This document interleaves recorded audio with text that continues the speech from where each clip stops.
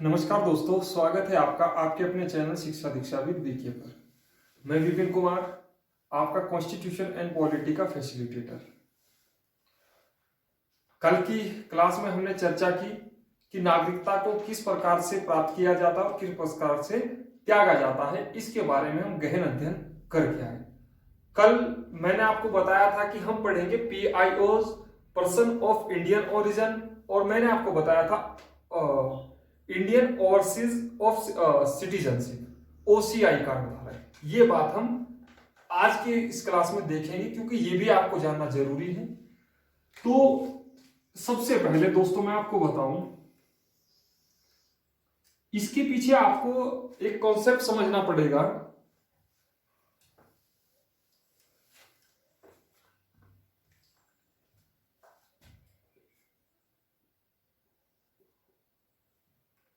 व्यक्ति व्यक्ति व्यक्ति दो प्रकार से होंगे। एक वो होंगे नागरिक। नागरिक यानी किसके नागरिक? भारत के नागरिक। दूसरा होगा विदेशी। विदेशी यानी व्यक्ति अगर भारत के हैं तो क्या होंगे? एक तो भारत के नागरिक हुए, चलो इनके बारे में तो कोई बात नहीं करनी क्योंकि इनके बारे में नागरिकता की बात कर चुके। एक होता है विदेशी। विदेशी में भी दो प्रकार के आते हैं। एक आते हैं सामान्य विदेशी, नहीं पहला लिखना भारतीय मूल के विदेशी, और दूसरा है सामान्य विदेशी। सामान्य विदेशी, ये बात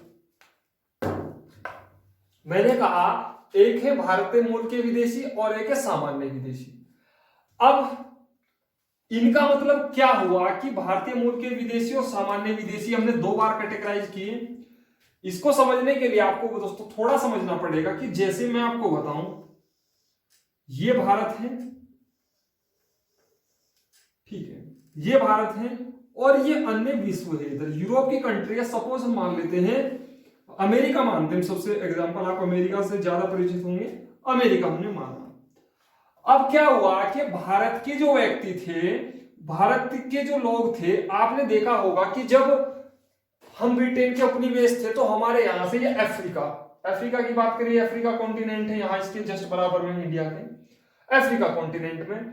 तो क्या हुआ, भारत के लोगों को स्लेव बनाकर ले जाया गया, दास बनाकर ले जाया गया। अब हुआ क्या कि वो लोग क्या थे, वो लोग वहीं के नागरिक बन गए क्योंकि वो भारत नहीं आए। वास्तव में उनकी जो राष्ट्रीयता थी, अब यहां राष्ट्रीयता का कॉन्सेप्ट आएगा कि उनकी जो पीढ़ी थी, उनके जो वंशज थे, वो कहां के थे? भारत के थे। लेकिन वर्तमान में वो कहां के नागरिक है? या तो USA के हैं, या दक्षिण अफ्रीका के हैं, या यूरोप की किसी कंट्री के हैं, या फिर अन्य किसी देश के वो मेंबर हैं, नागरिक हैं। लेकिन यहां पर यह कॉन्सेप्ट आया कि भारत के अगर उनके वंशज भारत के थे तो उन्हें कुछ स्पेशल रियायतें देनी चाहिए। उन्हें क्या देनी चाहिए? स्पेशल रियायतें देनी चाहिए। ये बात निकल के सामने है। दोस्तों मैं आपको इसको एक छोटा सा एग्जांपल बताता हूं, जैसे आप कहानी के रूप में समझे तो आप अच्छे से समझ पाएंगे कि इसकी जो मैं आपको पर्सन इंडियन ओरिजिन और OCI कार्ड धारक के बारे में जो आपको बताने जा रहा हूं, ये थोड़ी सी ऊपर लेवल की बात है, लेकिन फिर भी आप समझने का प्रयास करेंगे। जैसे आप एक गांव में रहते हैं, और आपका भाई है, या फिर आप कंसीडर करें, आप मान के चले, सपोज आप माता पिता हैं, आपका बच्चा किसी अन्य शहर में नौकरी करता है और वहां से क्या करता है, वो अपना घर चलाने के लिए पैसे भेजता है। तो वास्तव में वो जो पैसा कमा रहा है, उस पैसे पर किसका हक है? उस आपके बच्चे का, लेकिन आपका भी है, चूंकि आपने उसे जन्म दिया। और वो क्या हुआ, आपने उसे पढ़ा लिखाया, लेकिन वो नौकरी करने के लिए कहां चला गया?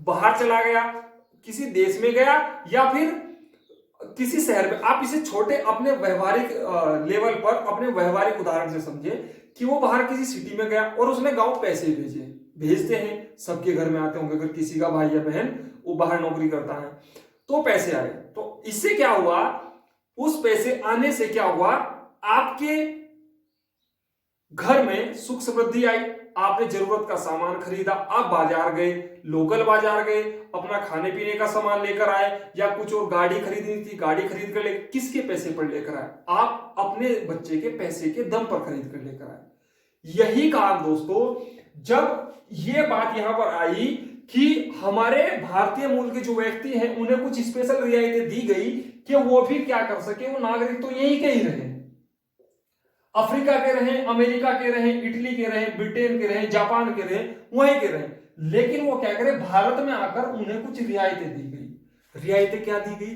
रियायतें ये दी गई, इसके पीछे कुछ आर्थिक हित तय किए गए। यानी जब वो भारत आएंगे, क्योंकि हमारा, आप देख सकते हैं कि हमारा भारत क्या है, एक विकासशील देश है, ये क्या है, विकसित देश है, यूएसए की बात कर रहा हूं स्पेशली मैं, ये विकसित देश है। अब जब हम वो वहां से यहां आएंगे तो यहां पर कुछ इन्वेस्टमेंट करेंगे, कुछ निवेश करेंगे, वहां का पूंजी यहां लगाएंगे, या फिर अगर यहां कुछ दिन रहेंगे तो यहां पर खर्च करेंगे। तो आप समझ सकते हैं कि ऐसा क्यों किया गया। ऐसा इसलिए किया गया, और वो भी किन के लिए किया गया, भारतीय मूल के विदेशी और सामान्य विदेशी, इसमें भी दो कैटेगराइज कर दी। उम्मीद करता हूं ये चीज आपको समझ आई होगी कि ऐसा क्यों किया गया। ये विदेशी कौन विदेशी हैं, तो भारतीय मूल के विदेशी और सामान्य विदेशी। उसके अंतर्गत हमने पढ़ा कि हमारे यहाँ जब ब्रिटेन के उपनिवेश थे तो हमारे यहाँ से दास लेकर जाए जाते थे, हमारे यहाँ के व्यक्ति लेकर गए वहां पर, लेकिन वो बाद में जब देश आजाद हुआ तो वहीं पर बस गए जाकर। जब वहीं पर बसे तो क्या हुआ, वो वहां के नागरिक हो गए, लेकिन उनकी जो वंशज थे वो कहां के थे, भारत के थे, भारत के साथ उनका भावनात्मक जुड़ाव था। ये बात अब हमने इसमें पढ़ा कि ये है विदेशी। अब यूएसए से कोई यहां पर आए वो रहेगा विदेशी, दक्षिण अफ्रीका से यहां पर कोई आए वो रहेगा विदेशी, ब्रिटेन से यहां पर आए वो रहेगा विदेशी। लेकिन इसमें हमने दो डिवाइड किए कि भारतीय मूल के विदेशी जिसकी 4 पीढ़ी, कम से कम 4 पीढ़ी पहले विदेश में बस गई हो, बस गई। ये बात यहां पर निकलकर आई, सॉरी, कि भारतीय मूल के विदेशी कौन है कि 4, जिसके जैसे आज है वर्तमान में, इससे पहले 4 पीढ़ी पहले जो वहां पर जाके बस गए, और सामान्य विदेशी आए कि जो हाल ही में बसे हैं, जो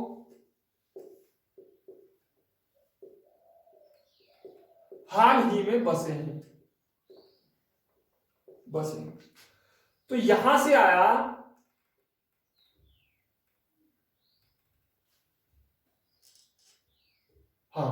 ये PIOs, पर्सन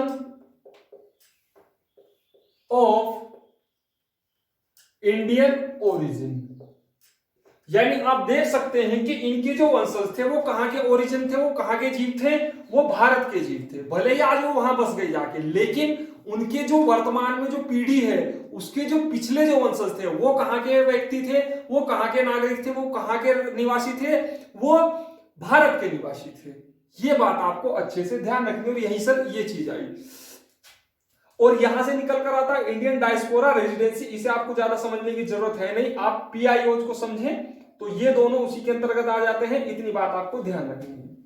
अब इसके लिए कि भाई ये जो लोग हैं ये यूएसए में है, कुछ दक्षिण अफ्रीका में है, कुछ ब्रिटेन में है, कुछ इटली में है, तो इनके लिए कुछ स्पेशल प्रोविजन किए जाए, इनके लिए इन्हें कुछ रियायतें दी जाए, और वो चूंकि भारत आ सके, भारत की अर्थव्यवस्था को फायदा होगा। ये बात यहां से जोड़कर देखी गई। जब जोड़कर देखी गई तो इसके लिए विचार मंथन करने के लिए आपको बताऊं एक समिति का गठन किया गया, लक्ष्मीमल सिंधवी समिति, LM सिंधवी समिति। इसे नोट डाउन किया होगा आपने। चलिए,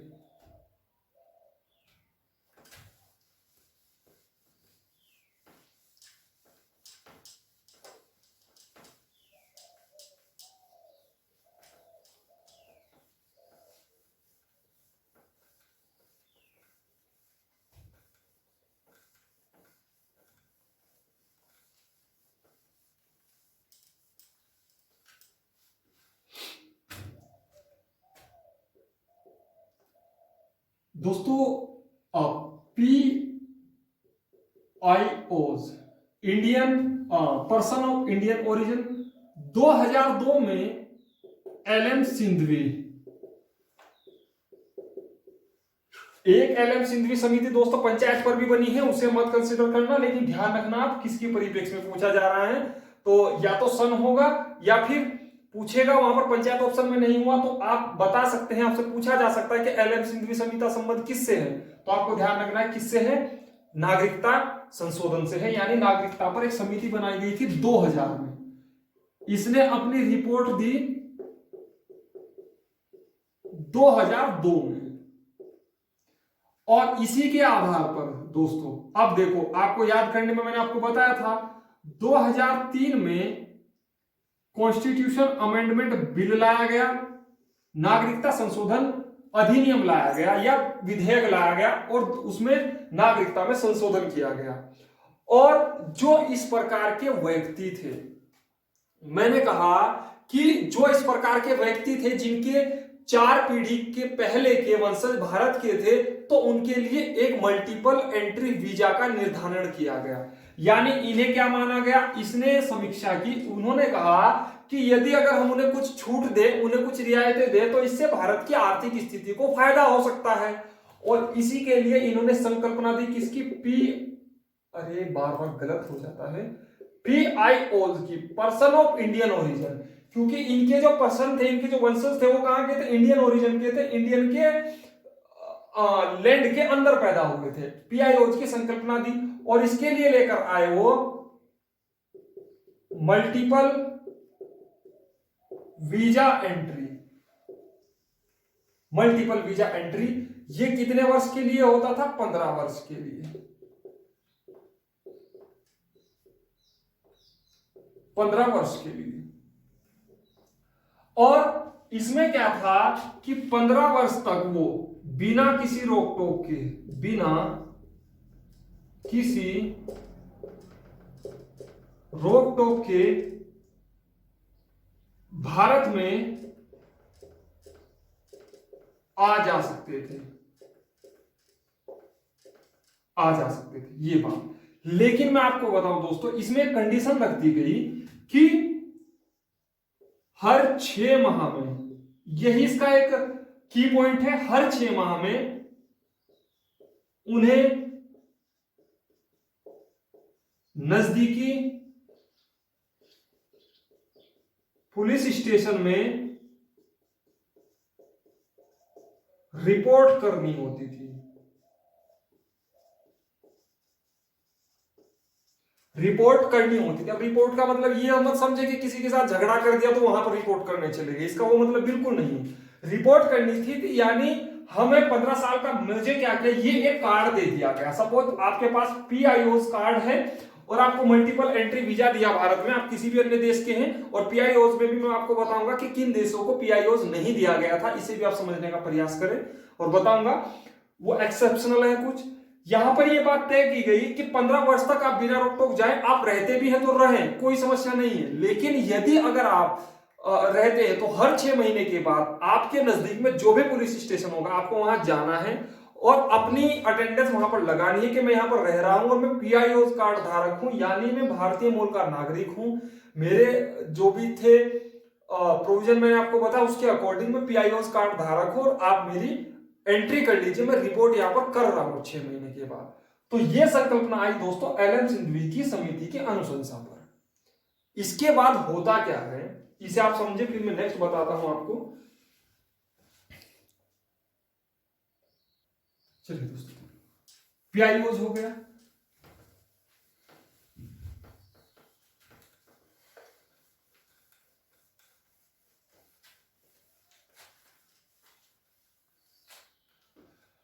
अब 2005 में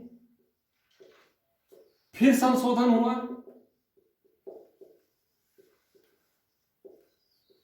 फिर संशोधन हुआ और इसमें कहा गया कि हाँ, इसमें संकल्पना है OCI, overseas citizenship of India. यानी इसमें एक संकल्पना निकल कर आई कि भारत के समुद्र यारिये नागरिक, इसमें कहा गया कि भारत के जो समुद्र पार नागरिक चले गए हैं उनके लिए हम क्या देंगे, कुछ स्पेशल छूट देंगे ओसीआई के माध्यम से। ये बात की गई।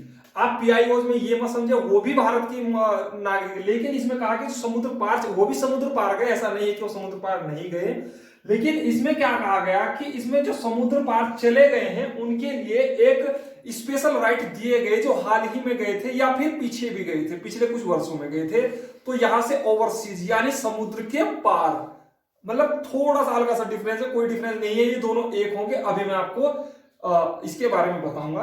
तो भारत के समुद्र यारिये नागरिक, जब यहां से ये कॉन्सेप्ट निकल कर आया तो इनके लिए एक कार्ड निर्धारित किया, ओसीआई कार्ड, ओसीआई कार्ड। और अभी मैं जब आपको प्राप्त करने का बता के आया था कल की क्लास में, तो आप उसे वहां से कनेक्ट करेंगे कि मैंने लिखा था वहां ओसीआई कार्ड धारक। तो आप समझ रहे होंगे भारत के समुद्र यारिये नागरिक यानी समुद्र पारिये, समुद्र पारिये, यार ये नहीं ये पारिये है, पारिये नागरिक। तो वो ओसीआई कार्ड धारक कौन है, वो यही है। अब इनके लिए भी कुछ छूट प्रदान की गई, और ये छूट कैसे प्रदान की जा रही थी, सिर्फ और सिर्फ अपने आर्थिक हितों को देखकर, क्योंकि ये भारतीय मूल के नागरिक थे हैं। अब ओसीआई कार्ड धारक को छूट दी गई, इनके लिए छूट दी गई कि ये कभी भी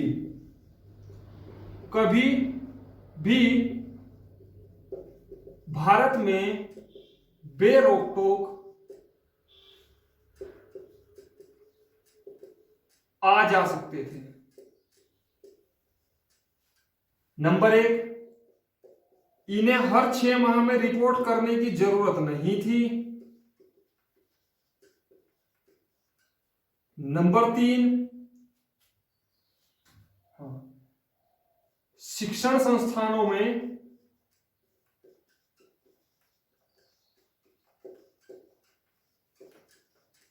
इनके लिए कुछ सीटें रिजर्व थी, कुछ सीटें रिजर्व थी। और दूसरा, इसमें अगर ओसीआई कार्ड है तो जब तक चाहे भारत में रह सकते हैं, चाहे वीजा हो या ना हो, बस ओसीआई कार्ड होना चाहिए। अच्छा, ये क्लियर नहीं दिख रहा, ये वीजा है, भारत में वीजा हो या ना हो, या ना, वो भारत में रह सकते हैं। मैंने बताया कि ओसीआई कार्ड, आप देख सकते हैं कि पीआईओ जो मैंने बताया उससे इन्हें कुछ स्पेशल राइट दिए गए और कहा कि आपको 6 महीने में रिपोर्ट करने की जरूरत है नहीं। शिक्षण संस्थानों में कुछ सीटें रिजर्व कर दी गई, प्लस बिना रोक टोक जब चाहे आ जा सकते हैं, जब तक चाहे रह सकते हैं, और जब तक चाहे भारत में रह सकते हो। आपके पास अगर ओसीआई कार्ड है तो आप इनफ है, आपके पास वीजा नहीं भी है तो काम चल जाएगा। ये बात इसमें कही गई। अब इसे आगे चलने से पहले में एक चीज थोड़ा सा ध्यान देना चाहिए कि इन्हें क्या हक प्राप्त नहीं होंगे, यानी इन्हें, अब ये तो हमने देखा कि सारी चीज मिल सकती है। अब ऐसा मत समझे कि भारत के नागरिक हो गए और इन्हें सारी सुविधाएं मिलेगी, इन्हें क्या नहीं मिलेगा। तो नंबर 1, इन्हें वोट देने का अधिकार नहीं होगा आर्टिकल 326 के तहत। दूसरा, संवैधानिक पदों पर आसीन होने का अधिकार प्राप्त नहीं होगा। तीसरा, आर्टिकल 16 के तहत जो भी लाभ मिलते हैं वो ये नहीं मिलेंगे। ये 3 चीजें क्या हुई, इन्हें नहीं मिलेगी। यानी क्या नहीं मिलेगा, उन्हें आर्टिकल 326 के तहत हमारे यहाँ क्या है, लीगल वैधानिक राइट है वोट देने का अधिकार, संवैधानिक अधिकार है। तो संवैधानिक पदों एक तो वोट देने का अधिकार नहीं होगा, संवैधानिक पदों पर आसीन होने का अधिकार नहीं, यानी वो एमएलए नहीं बन सकते, मंत्री नहीं बन सकते, चुनाव नहीं लड़ सकते। तीसरा, आर्टिकल 16 लोक नियोजन यानी सरकारी नौकरी में पार्टिसिपेट करने के लिए उन्हें अधिकार प्राप्त नहीं होगा। यानी ये मोटा मोटा अगर देखें तो ये 3 आप कह सकते हैं और यहीं से आपका क्वेश्चन सोल्व हो जाएगा अगर आपका सवाल आएगा। अब हम बढ़ते हैं आगे कि वास्तव में अगर हमने ये चीज देखी तो पीआईओज क्यों लाए और पीआईओज लाए तो फिर इसे लाने की जरूरत क्या पड़ी, ये हम आगे बढ़ते हैं।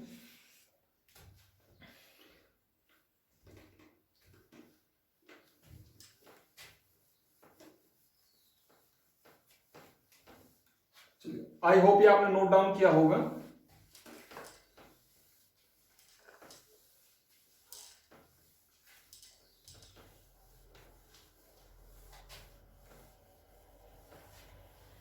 चलिए दोस्तों, देखो 2014 में एनडीए की सरकार बनती है और 2015 में 2014 में उसके बाद नरेंद्र मोदी हमारे माननीय देश के प्रधानमंत्री क्या होती है, इनकी विदेश यात्रा होती है और ये जाते हैं ऑस्ट्रेलिया और यूएसए। ऑस्ट्रेलिया यूएसए गए। अब एक प्रोग्राम हुआ और वहां पर एक बात निकलकर सामने आई। वहां पर ऑस्ट्रेलिया में भी क्या थे, कुछ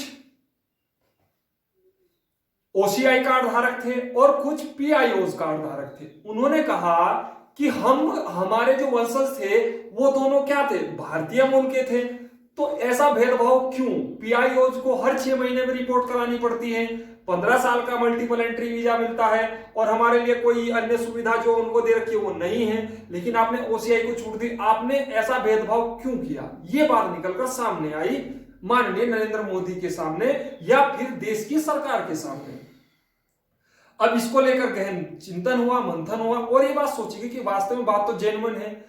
तब सरकार ने फैसला किया और 2015 में फिर से कैब सिटीजनशिप अमेंडमेंट बिल लेकर आई और पीआईओज प्लस ओसीआई को क्या कर दिया गया, मिलाकर OICH कर दिया गया। यानी अब पीआईओज को भी मिला दिया गया और ओसीआई को भी मिला दिया गया और 2015 से हमारे यहां क्या हो गया, OICH ओरिजिन ऑफ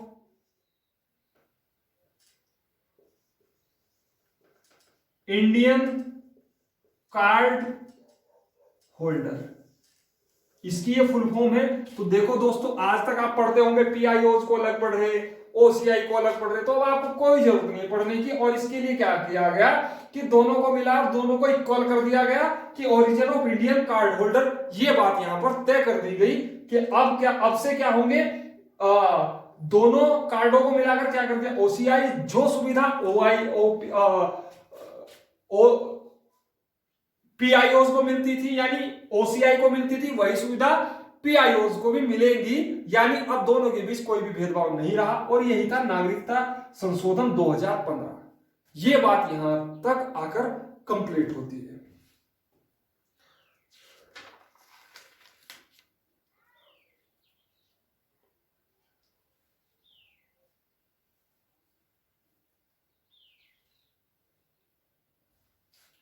हाँ, ये बात यहां पर आके कंप्लीट होती है।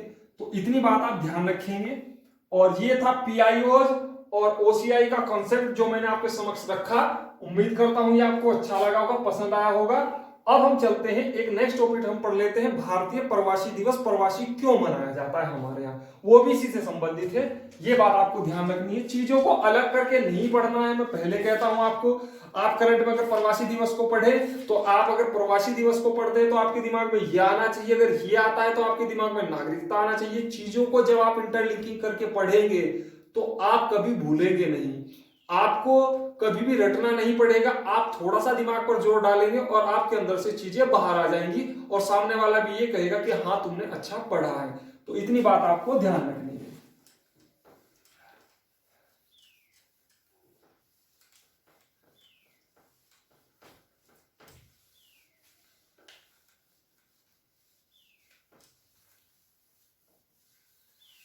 चलिए दोस्तों,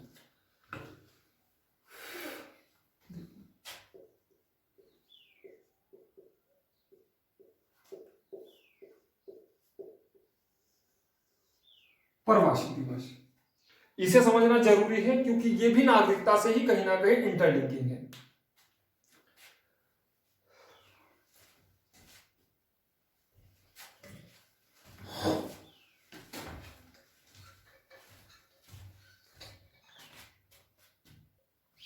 चलिए, प्रवासी दिवस मैंने आपको बताया, प्रवासी दिवस ये भी आर्थिक हितों को जोड़कर ही देखा गया। इसके बारे में दोस्तों आप एक चीज समझिए कि अगर आप, वही बात है कि अगर भारत है, ये भारत है और ये कोई अन्य देश है, इसके चारों ओर भारत क्या करता है कि यहां पर जो हमारे प्रवासी हैं,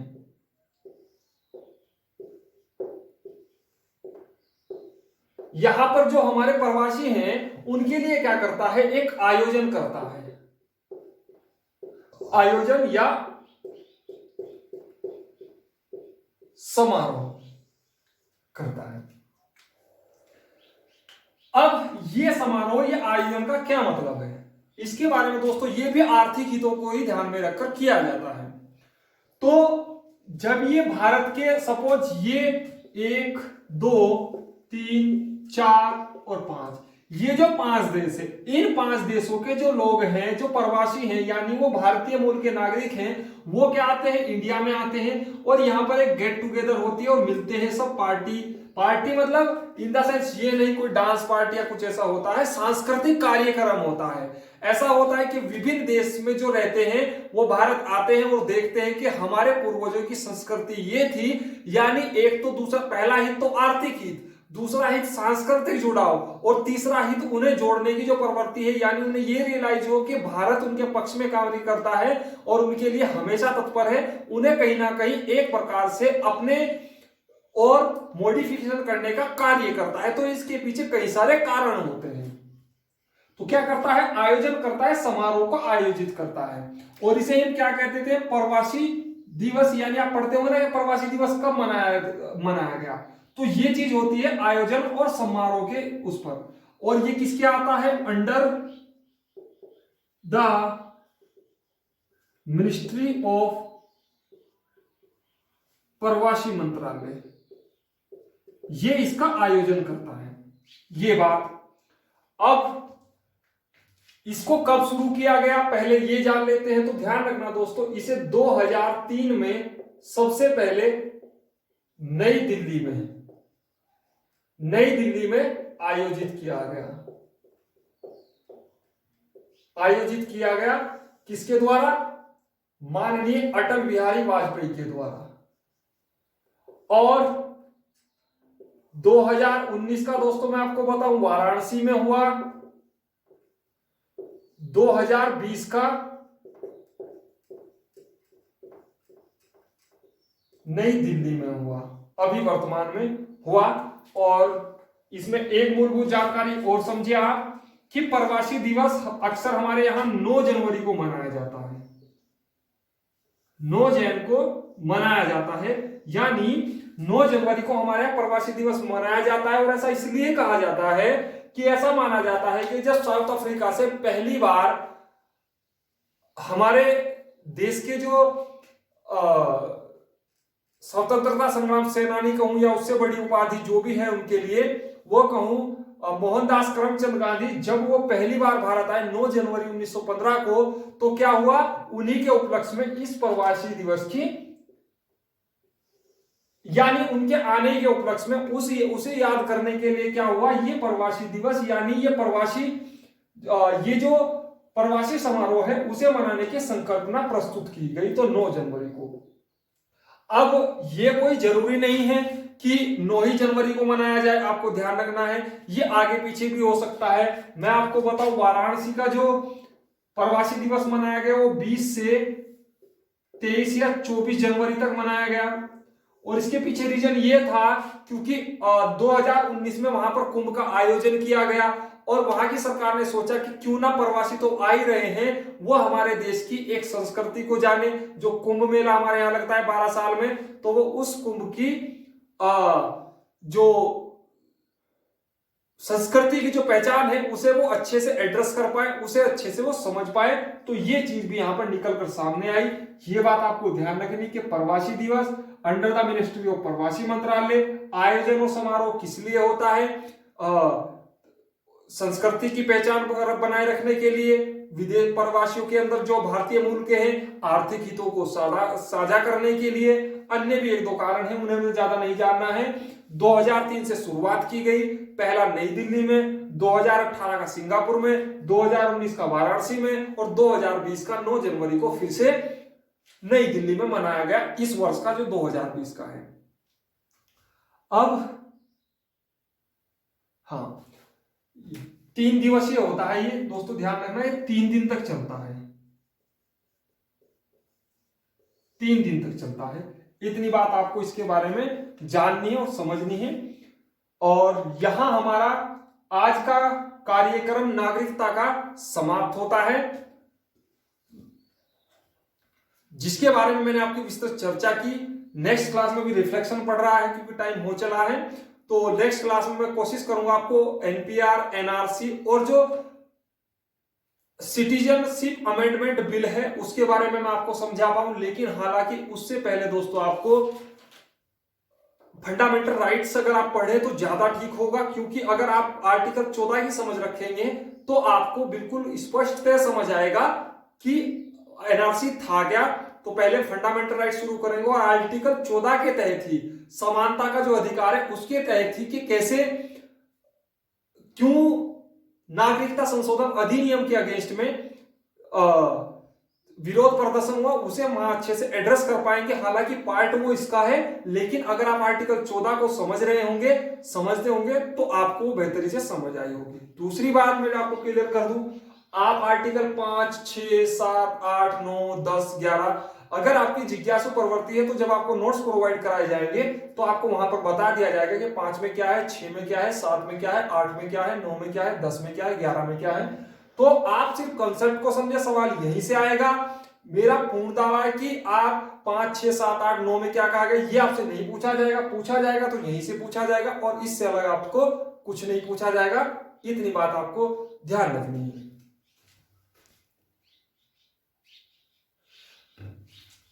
ये बात आपको ध्यान रखनी है। अब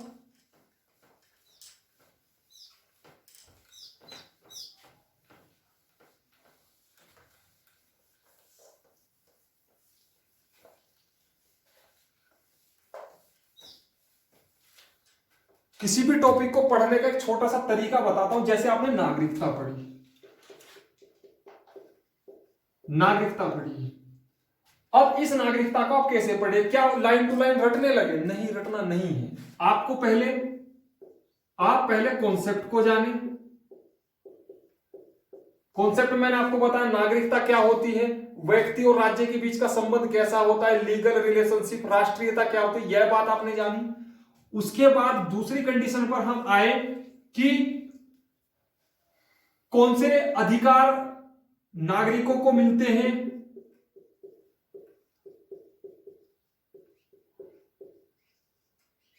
क्या नहीं मिलते, मतलब क्या विदेशियों को मिलते हैं, ये चीज हमने जानी। तीसरा हमने देखा नागरिकता एक्ट 1955, इसी के अंदर हमने देखा 5 तरीके प्राप्त करने को, त्याग करने के 3 तरीके। उसके बाद हम आए, यहां लिख देता हूं क्योंकि तो रिफ्लेक्शन पड़ रहा है सर। उसके बाद थर्ड कंडीशन पर हम आए कि पीआईओज एंड ओसीआई कार्ड धारक। उसके बाद हमने 4 देखा, ओआईसीएच। उसके बाद हमने 5 देखा, प्रवासी मंत्रालय या प्रवासी दिवस। तो ये पढ़ने का एक तरीका होता है। आपके दिमाग में अगर कॉन्सेप्ट जान रहे होंगे तो आपके दिमाग में ऑटोमेटिक आ जाएगा। आप नागरिकों को क्या अधिकार मिलेंगे वो बात समझ पाएंगे। नागरिकता एक्ट आपके दिमाग में आएगा तो पता चल जाएगा कि कौन से प्रोविजन है, क्या प्राप्त करने के 5 है, त्याग करने के 3 है।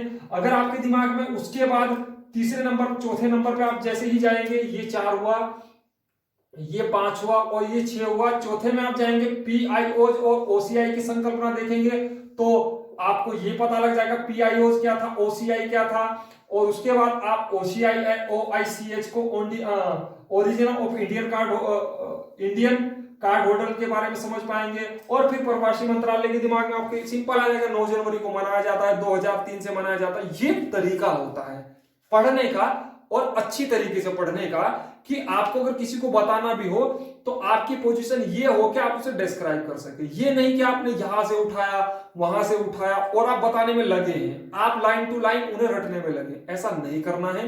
ये तरीका होता है वास्तव में पढ़ाई करने का कि किस तरीके से आप चीजों को एब्जॉर्ब कर सकते हैं, समझ सकते हैं। ये बात तो थी इसकी। अब कल कुछ कंफ्यूजन रह गई तो उनके बारे में मैं आपको क्लियर कर देता हूं। जैसे मैंने आपको बताया था जीएसटी को पहला जो राज्य कानून है लागू करने वाला कौन है, असम है। और जीएसटी संविधान संशोधन कौन सा है, 101 है। ये बात, ये 2 चीजें थी जो मुझे आपको बतानी थी। और यहां पर हमारा नागरिकता का सिटीजनशिप का जो एक्ट है यानी जो प्रक्रिया है वो समाप्त होती है। इससे बाहर आपका सवाल नहीं जाएगा। और अगर कोई चीज छूटी है या कोई ऐसा चीज आपका कोई सवाल है तो आप कमेंट में जरूर पोस्ट करें। थैंक यू दोस्तों, मिलते हैं कल की क्लास में।